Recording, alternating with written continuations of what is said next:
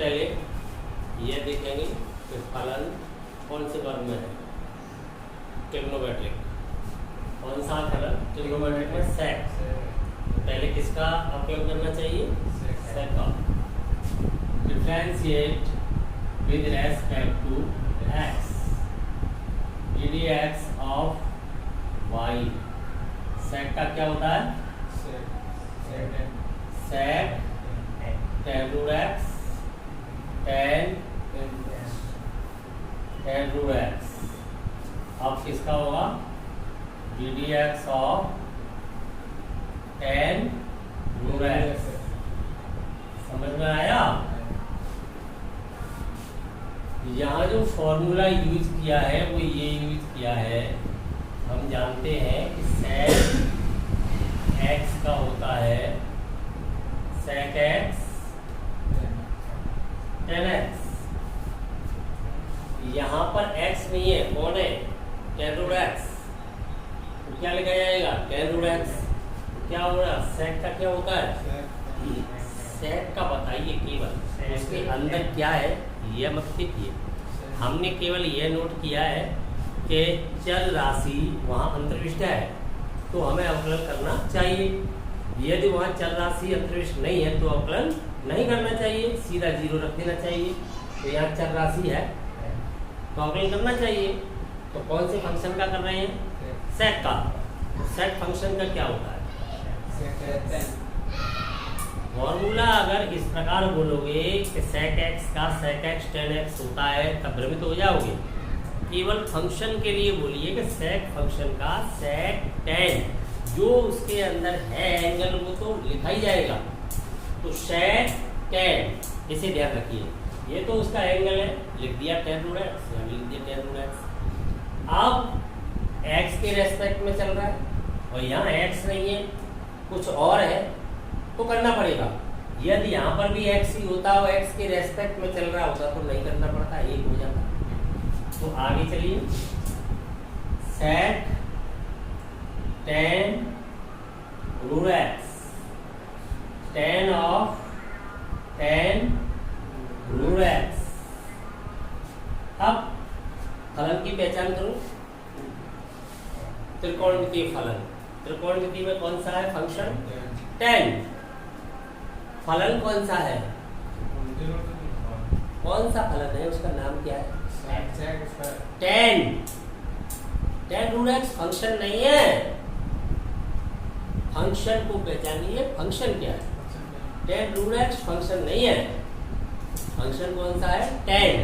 तो tan का क्या होता है बताइए? Sec square. तो यहाँ लिखिए sec square. Sec square tan का कर दिया। अब उसका एंगल तो वही रहेगा, रूट x ही रहेगा कि नहीं रहेगा? किसके रेस्पेक्ट में चल रहा है? x के में, और यहाँ x नहीं है एंगल में, कुछ और है तो करना पड़ेगा। हमारा उद्देश्य है x तक जाना, तो अब कौन आ गया? Root x। रूट x आ गया। आगे चलिए, sec of tan root x tan of tan root x sec square of root x। अब फंक्शन कौन सा है? फलन की पहचान कीजिए। बीजीय। बीजीय में घातांक कितना है? 1/2। तो पहले किसका होगा? 1/2 घातांक का। 1/2 घातांक का होगा तो क्या होता है? घातांक का घातांक गुणा में आ जाता है और एक कम हो जाता है। उस चर पर एक कम कर दिया जाता है। जो चर है, चर राशि कौन है? x, जिसका घातांक है गुणा में आ जाएगा, उस पर एक घातांक कम कर दिया जाएगा। तो यहाँ एक घातांक जब कम कर दोगे तो क्या बचेगा? -1/2। -1/2 बचेगा कि नहीं बचेगा? ये बचेगा। अब आगे हम लिख रहे हैं dy/dx equal sec of tan root x tan of tan root x sec square of root x upon 2 और ये क्या बन गया नीचे आके प्लस हो जाएगा, क्या लिख देंगे root x.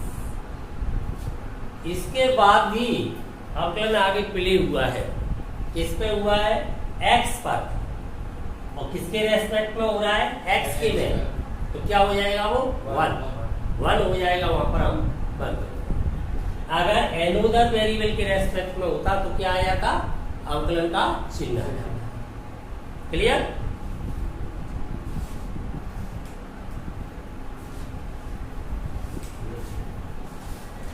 बायोकल sine of ax plus b divide by cos of cx plus d भिन्न के रूप में, और भिन्न के लिए अवकलन का क्या सूत्र होता है, अवकलन के जो प्रमेय तुम्हें बताए गए थे तो उसमें गुणनफल का, भागफल का सब बताए, तो क्या फॉर्मूला होता है, u अपॉन v डैश अंश बटे हर का अवकलन। कैसे करते हैं, हर अंश का अवकलन माइनस अंश इनटू हर का अवकलन अपॉन हर का, यही तो फॉर्मूला। अंश की जगह अंश लगा दीजिए और हर की जगह हर को रख दीजिए। आपका अंश जो u माना हुआ है, हर v माना हुआ है, लगाइए फॉर्मूला, डिवाइड dx u पर हर क्या है, cos of dx plus d, अवकलन किसका करोगे, ddx of sine of ax plus b, इसका अवकलन होगा, माइनस अंश लिखिए sine of ax plus b ddx of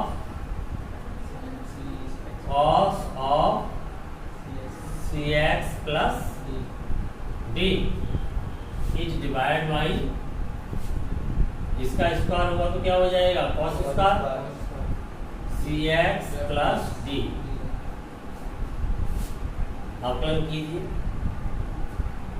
इसका तो होगा नहीं, इस तरह तो cos of cx plus d, यहाँ पर फंक्शन कौन है, साइन, इसके अंदर वेरिएबल है, चरराशि है, अवकलन होगा साइन का, साइन का क्या होता है cos, तो क्या हो जाएगा cos, x के रेस्पेक्ट में हो रहा है, यहाँ x है नहीं, एनोदर एंगल है, एनोदर एंगल है तो फिर वैसा लिखना पड़ेगा, तो ax प्लस b, तो इस एंगल का भी होगा, तो ये बात अंतर्भाग में आ गई है, यहाँ भागफल नियम लग चुका है और ये अंतर्भाग में आ गया है, तो इसे डायरेक्ट किया जा सकता है। तो इसका cos हो गया और यहाँ पर इसका करेंगे तो क्या आएगा, कि कांस्टेंट स्थिर रहेगा, अचर इनटू फलन का करेंगे तो x का 1 हो जाएगा, ये स्थिर रहेगा, वो अकेला अचर आएगा तो 0 हो जाएगा, तो टोटल का क्या बनेगा a, तो a को कहाँ लिखना चाहिए, सबसे पहले लिख दिया, हो गया पूरा, माइनस यहाँ इसका होगा नहीं, स्थिर रहेगा, तो sine of ax plus b, function कौन है cos, cos का क्या होता है माइनस साइन, एक माइनस पहले से यहाँ पर क्या हो जाएगा प्लस, और cos का कर दिया तो साइन, और जो एंगल है वो रहेगा cx प्लस d। अब cx प्लस d का भी होगा क्योंकि x के रेस्पेक्ट में है और यहाँ cx प्लस d है, तो c x का क्या हो जाएगा 1 प्लस 0, तो अकेला क्या रह जाएगा c, तो कहाँ आना चाहिए सबसे पहले, लिख दो यहाँ पर, अपॉन क्या चल रहा है cos square cx plus d implies divide dx equal, अलग अलग डिवाइड कर दो, अलग अलग भाग दे दो, दोनों पदों को अलग अलग भाग देंगे तब सेम एंगल है, एक पावर कम हो जाएगी, एक कम हो जाएगी तो cos रह जाएगा, ऊपर जाएगा तो sec बन जाएगा, तो यहाँ पर क्या बचा हुआ है a cos of ax plus b, और ये एक cos रह जाएगा, ऊपर ले जाऊंगा तो क्या हो जाएगा ये sec of cx plus d plus c यहाँ डिवाइड करेंगे तो सेम एंगल है सी एक्स प्लस डी, और यहाँ भी है सी एक्स प्लस डी। तो साइन अपॉन कॉस एक को बना लेगा टेन, एक कॉस रह जाएगी क्योंकि एंगल अलग है। तो क्या रह जाएगा C sine of A X plus B, और एक बच जाएगा टेन और एक रह जाएगी सेक। क्या हो जाएगा यहाँ पर tan of c x plus d, और एक रह जाएगी sec of c x plus d. Clear? कोई शक?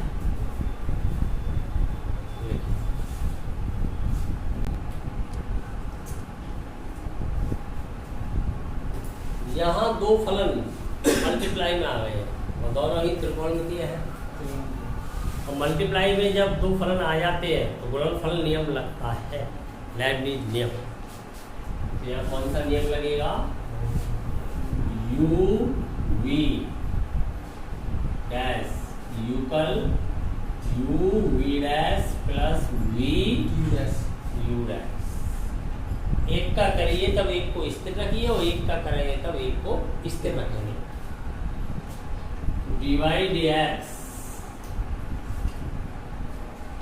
जैसे हम इसको स्थिर रख रहे हैं तब इसका करेंगे, इसको हमने स्थिर रखा तो ये स्थिर है, स्थिर रखा है, इसको दूसरे का कर रहे हैं तो इसको स्थिर रखा है तो ये ऐसा ही रहेगा। यहाँ करेंगे तो फलन को देखेंगे तो फलन कैसा है? बिल्कुल नहीं है त्रिकोणमितीय। कैसा फलन हो गया है? एल्जेब्रिक। तो कौन सा फॉर्मूला लगेगा यहाँ पर?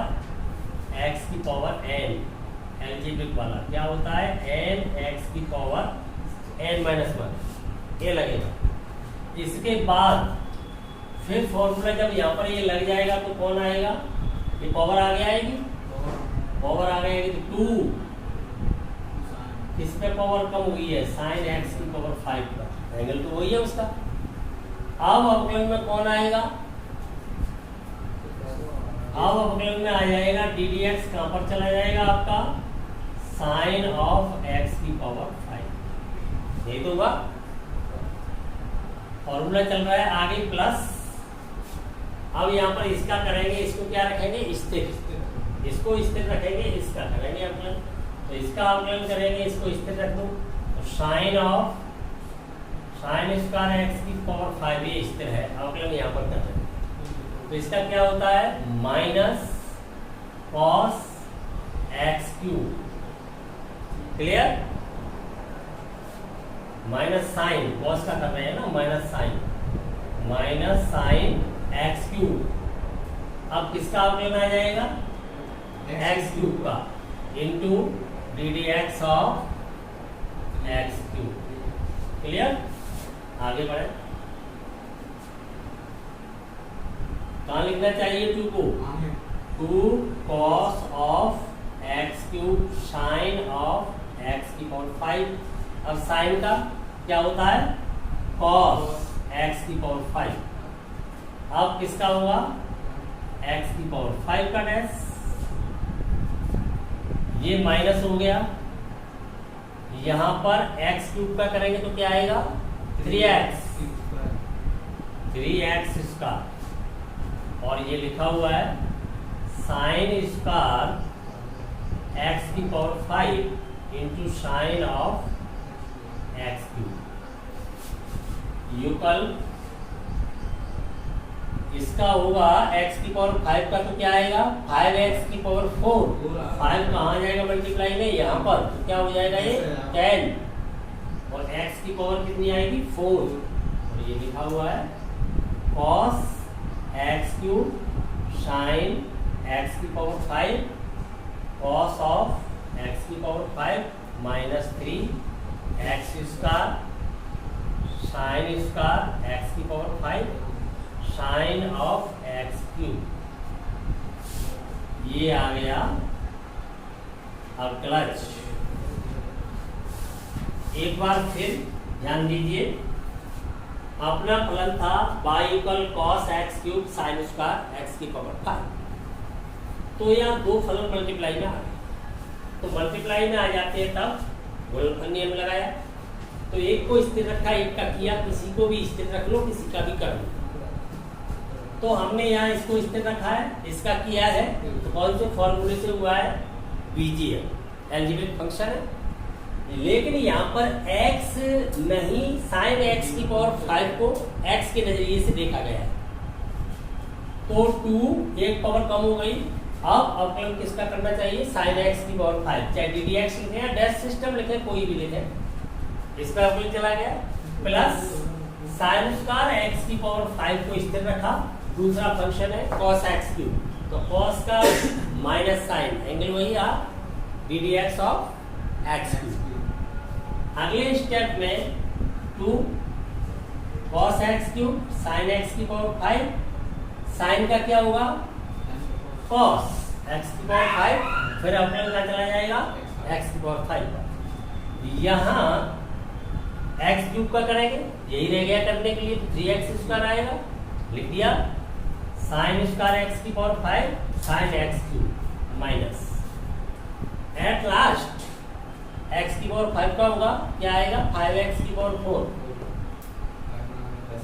5 दूनी 10, x की पावर 4, और ये शेप लिख दिया, माइनस 3, इससे पहले ही हो गया है, that's all.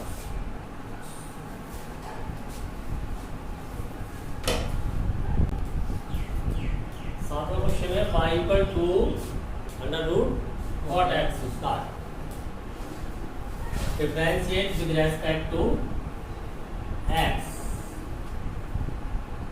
dy dx equal to constant है। कैसा फलन है? बीजीय। बीजीय का ये तो ये ध्यान रखो सीधा, क्या अंडर रूट का 1.2 रूट, अंडर रूट का क्या हो जाता है? 1.2 रूट, तो अंडर रूट का हो जाएगा 1.2 रूट, और रूट के अंदर क्या है? लिख दो cot x स्क्वायर, हो गया। डिफरेंशिएट तो x के रेस्पेक्ट में है, और यहाँ cot x स्क्वायर है, तो यही आपका श्रृंखला नियम है, यही चेन रूल है। तो इंटू ddx ऑफ इसका होगा cot x स्क्वायर, जिसे x के नजरिए से आपने देखा था। आगे बढ़े स्टेप बाय स्टेप, 2 लेफ्ट हो गया, क्या रह गया? 1/√cot x square. cot का क्या होता है? माइनस कोसेक स्क्वायर, तो माइनस कोसेक स्क्वायर, लेकिन है कौन एंगल? x नहीं है, x स्क्वायर, तो फिर इसका भी होगा into ddx of x square minus, या कोसेक स्क्वायर है, इसे मैं नीचे ले आऊंगा तो क्या हो जाएगा? कोसेक स्क्वायर, हर में आएगा तो क्या हो जाएगा? साइन स्क्वायर, यहाँ रह जाएगा 1/, ये तो लिखा हुआ है, ये नीचे ला रहा हूं तो ये हो जाएगा sine square x square, under root के अंदर ध्यान दीजिए, cot क्या होता है? cos x square upon sine x square, और यहाँ इसका क्या आ जाएगा? x स्क्वायर का 2x, तो ये क्या हो गया? 2x। क्लियर? x का एक हो ही जाएगा। अब इसको दूसरी फॉर्म में ले जाते हैं, तो -2x, यहाँ ध्यान देना है, साइन x स्क्वायर, और यहाँ पर भी है साइन की पावर कितनी है? 2, या साइन की पावर कितनी है? 2, बता सकते हो साइन की पावर कितनी है?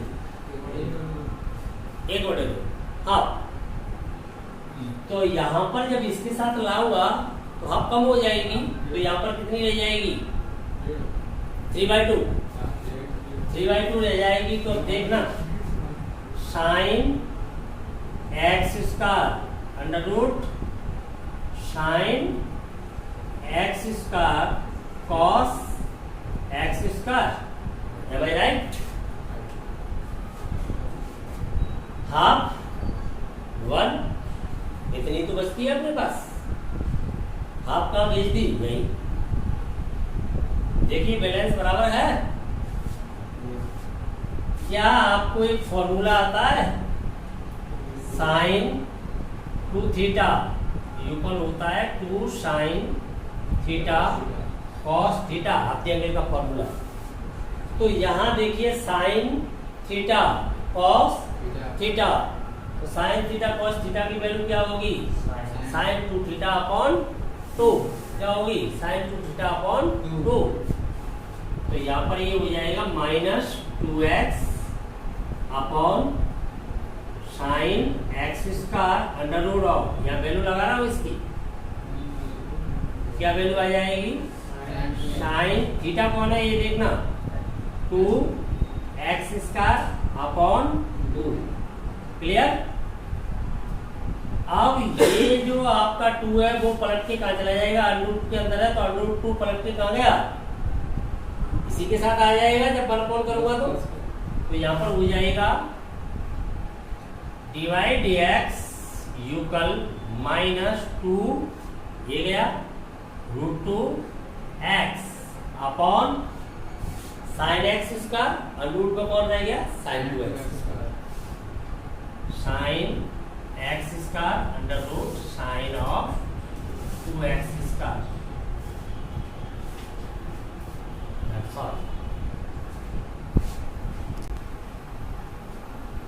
Cos of root x differentiate with respect to x ddx of y।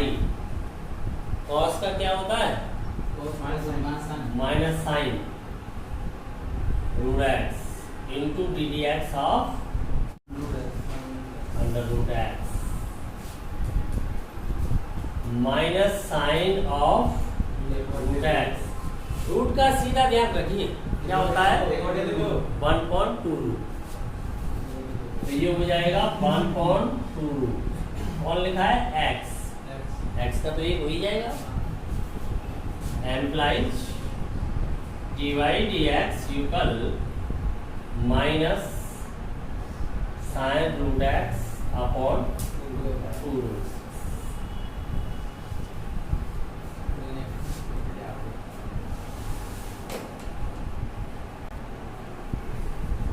हाँ, नवा क्वेश्चन है function of x equal mod x minus 1। x बराबर 1 पर अवकलित नहीं है, ये हमें प्रूव करना है। तो सबसे पहले फलन को मॉडुलस लेस कर दो, मॉडुलस इसका हटा दो। तो मॉडुलस हटाने के लिए निर्दिष्ट बिंदु को प्राप्त करो।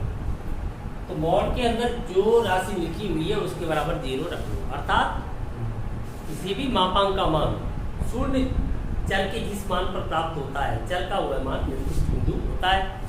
तो यहाँ x इक्वल 1 पर शून्य प्राप्त हो रहा है, तो 1 से नीचे फलन नेगेटिव और 1 से ऊपर पॉजिटिव। तो 1 से नीचे कैसा है? ऊपर होगा नेगेटिव, और 1 से ऊपर कैसा है? पॉजिटिव। और 1 पर क्या है? 0। क्लियर होगी बात? अब हम लेफ्ट हैंड डेरिवेटिव और राइट हैंड डेरिवेटिव दोनों प्राप्त करेंगे कहाँ पर? x इक्वल 1 पर।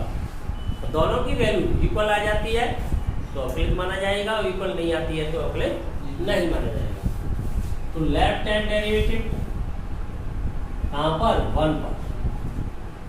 Limit h tends to 0 function of 1 minus h minus function of 1 upon minus h. 11th में पढ़ लिया है इसे। देखिए यहाँ पर limit h tends to 0 function में क्या लगाएंगे? 1 माइनस एच। तो फंक्शन में 1 माइनस एच के लिए देखिए कौन सा फंक्शन यूज करेंगे? ये वाला, ये वाला, ये। तो यहाँ पर 1 से छोटा हो रहा है 1 माइनस एच। 1 से छोटा कहाँ हो रहा है? यहाँ। फंक्शन कौन सा रहा? ये। लगाइए मान माइनस, किसकी जगह लगाएंगे मान? x की जगह पर। तो माइनस ऑफ क्या लगाएंगे? 1 माइनस एच। और क्या चल रहा है?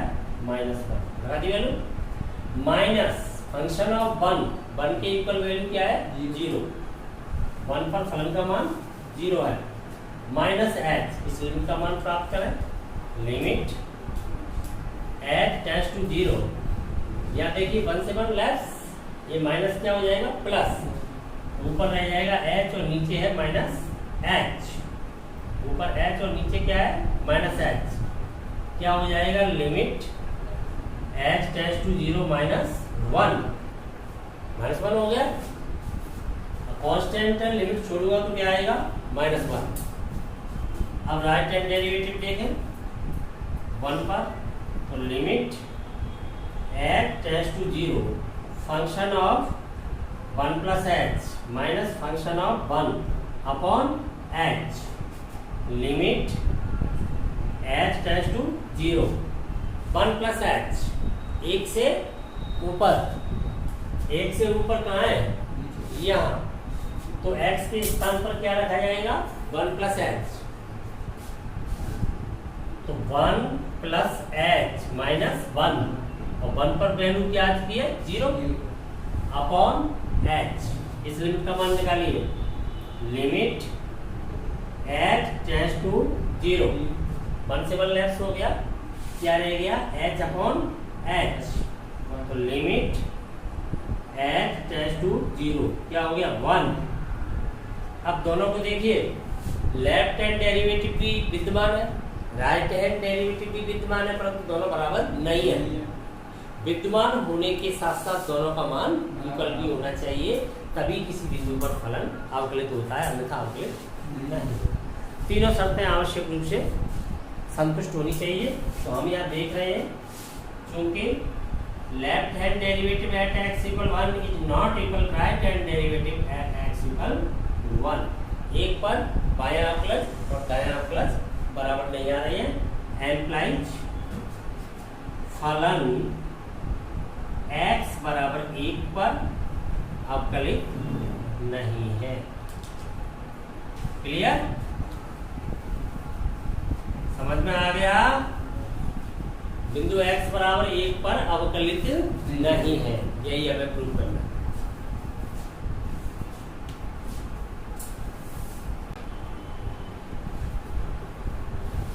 यहाँ जो फलन आपको दिया गया है, कैसा फलन है, महत्तम पूर्णांक फलन।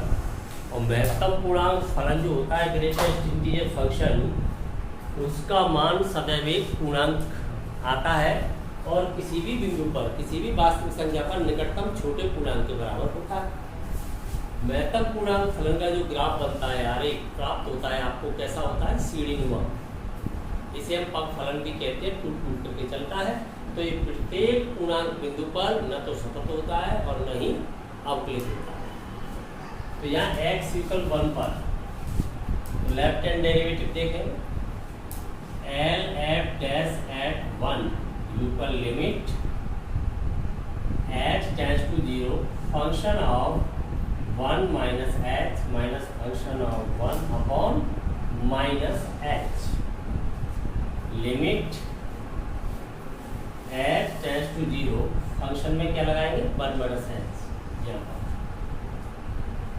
1 minus h minus 1 upon minus h, solve करें इसे, limit h tends to 0 1 minus h यानी 1 से कुछ कम, 1 के बिल्कुल पास, परंतु कौन सी ओर, लेफ्ट में, तो 1 से कुछ कम हो गया, बहुत अत्यल्प, h कैसी राशि है, अत्यल्प छोटी है परंतु शून्य नहीं है, h टेंड्स टू 0 है। तब बताइए इसका महत्तम पूर्णांक फलन का मान क्या होना चाहिए। या समझे इस बात को कि जैसे 1 है और 1 के बिल्कुल पास वाले बिंदु पर है, तो 1 से तुरंत पहले कौन मिलता है पूर्णांक में 0, तो फिर इसका मान क्या ऊपर होना चाहिए, निकटतम छोटे पूर्णांक के बराबर आता है। जैसे मान लीजिए आपका 0.999 ऐसे कुछ हो जाता है, इसकी वैल्यू क्या आनी चाहिए, तो इसकी वैल्यू क्या आ गई 0, और ये पूर्णांक बिंदु पर पूर्णांक के बराबर ही होता है माइनस h, सॉल्व करें इसे, लिमिट h टेंड्स टू 0, ये क्या रह गया 1 अपॉन h, और लिमिट छोड़ी, लिमिट छोड़ने पर क्या प्राप्त होगा इनफाइनाइट, 1.0 हो गया। लिमिट छोड़ सकते हैं, लिमिट को केवल इंडिटरमिनेट फॉर्म बनता है, आपका अनिर्धारित रूप प्राप्त होता है तभी रोका जा सकता है। तो यहाँ पर सीमा कैसी हो गई है, अपरिभाषित, भले ही अब हम राइट को फाइंड नहीं करें, यहीं से निर्णय ले सकते हैं हम, क्योंकि ये विद्यमान ही नहीं है, जबकि अवकलित होने के लिए लेफ्ट और राइट दोनों विद्यमान होने चाहिए तथा बराबर भी होनी चाहिए। तो यहाँ पर ये विद्यमान नहीं है, हम निर्णय यहाँ पर ही ले सकते हैं। कह सकते हैं चूंकि एल एफ डैश एट 1 अर्थात x = 1 पर फलन का अवकलज विद्यमान नहीं है, का अस्तित्व नहीं है।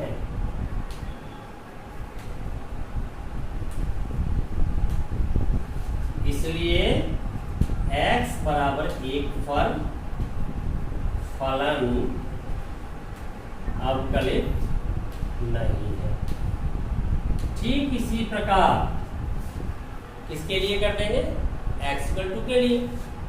x = 2 के लिए यहाँ पर 2 लगाएंगे, जब लेफ्ट निकालेंगे तो 2 - h क्या वैल्यू आएगी फंक्शन के अंदर 1 निकटतम छोटे पूर्णांक के बराबर, और यहाँ पर क्या आ जाएगी 2, तो 1 - 2 और नीचे क्या चल रहा होगा +h, तब भी क्या बचेगा माइनस का 1/h, क्या आ जाएगा -∞, तब भी क्या हो जाएगा ये अपर भाषा, तो लेफ्ट हैंड डेरिवेटिव एग्जिस्ट नहीं। ठीक इसी प्रकार से कर सकते हैं, कर लोगे उसे।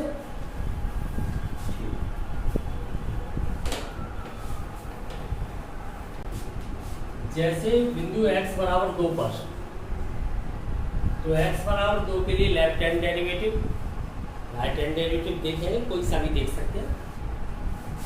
Are F dash at 2 right hand derivative देखें, limit h tends to 0 function of, right पे जाएंगे तो 2 + h minus function of 2 upon h, limit h tends to 0 2 + h, ये हो गया, माइनस में 2 लगाइए upon h, limit h tends to 0। बताइए 2 + h का ग्रेटेस्ट इंटीजर फंक्शन क्या अंकन होगा, 2 से राइट में हो, 2 के पास में, लेफ्ट में हो, आप 2 के राइट में हो या 2 के लेफ्ट में हो, 2 + h हो रहा है तो 2 के राइट में हो भाई, 2 में कोई राशि जुड़ रही है तो आप 2 के राइट में जाओगे या 2 के लेफ्ट में आओगे, 2 में से जब कम हो रही है कोई राशि तब 2 के लेफ्ट में आओगे, और जो कम होने वाली राशि है या जुड़ने वाली राशि है वो अत्यल्प है तो 2 के अति लघु सामीप्य में जाओगे, स्मॉल नेबरहुड में आओगे। तो स्मॉल नेबरहुड में यदि राइट में जाते हो तब तो 2 मिलेगा महत्तम पूर्णांक फलन से, और अगर लेफ्ट में आते हो तो निकटतम छोटे पूर्णांक को लेगा तो डायरेक्ट क्या मिलेगा 1, तो अभी 1 के हम कहाँ थे लेफ्ट में, तो हमें 1 मिल गया था, 0 मिल गया था। अब हम कहाँ पर हैं 2 के राइट में, तो क्या आएगी इसकी वैल्यू 2, और ये 2 पर 2 देता ही है 2 upon h, limit h tends to 0, 2 में से 2 गया तो क्या बचा 0, और 0 में h से डिवाइड करोगे तो क्या आ जाएगा 0, क्यों, क्योंकि h 0 नहीं है, इंडिटरमिनेंट फॉर्म लिमिट इस वक्त छोड़ दूंगा तो इंडिटरमिनेंट हो जाएगा, अनिर्धारित हो जाएगा, पहले h से डिवाइड करूंगा 0 को तो क्या आएगा 0, अब लिमिट लगाओगे तो क्या आ जाएगा 0, तो ये जो आपका लेफ्ट हैंड डेरिवेटिव है वो क्या हो गया विद्यमान, राइट आपका क्या हो गया विद्यमान, तो अब लेफ्ट फाइंड करना पड़ेगा। इससे बेटर क्या था, हम पहले अगर लेफ्ट फाइंड करते तो इतना करने से बच जाते थे, तो इसलिए हमने पहले लेफ्ट कर लिया। अब लेफ्ट तो अभी करना पड़ेगा, क्योंकि अब अपन ये निश्चित नहीं कर सकते कि x बराबर 2 पर अवकलित है या नहीं, जब तक दूसरे अवकलज को नहीं देख लेते। अवकलित नहीं होने के लिए कोई एक शर्त तो अपूर्ण रहनी चाहिए, या तो विद्यमान नहीं हो कोई भी, या विद्यमान दोनों हो जाते हैं तो वो समान नहीं हो, तो अब दूसरा देखना पड़ेगा। तो अब हमें राइट हैंड डेरिवेटिव निकालना पड़ेगा, left hand derivative at x equal to, अब लेफ्ट जब फाइंड करेंगे तो limit h tends to 0 function of 2 minus H minus function of 2 upon minus H. तो limit H tends to 0, get H integer function है 2 minus H minus function of 2 upon minus H. Limit H tends to 0 क्या value आएगी इसकी 1 minus 2 upon minus H. Limit H tends to 0 ये भी minus 1 minus तो क्या बचेगा 1 upon h. Limit छोड़ूंगा तो 1 अपॉन 0 यानी कि इनफाइनाइट। अब इससे अकेले से ही निर्णय लिया जा सकता है। तो बताइए कुछ पहले अगर ये करते तो इतना लिखने से बच जाते, समय बचा लेते प्रश्न में। तो आपको कौन सा करना चाहिए पहले ये, और इससे निर्णय आ जाएगा कि जो right hand left hand derivative है कहां पर 2 पर विद्यमान नहीं है,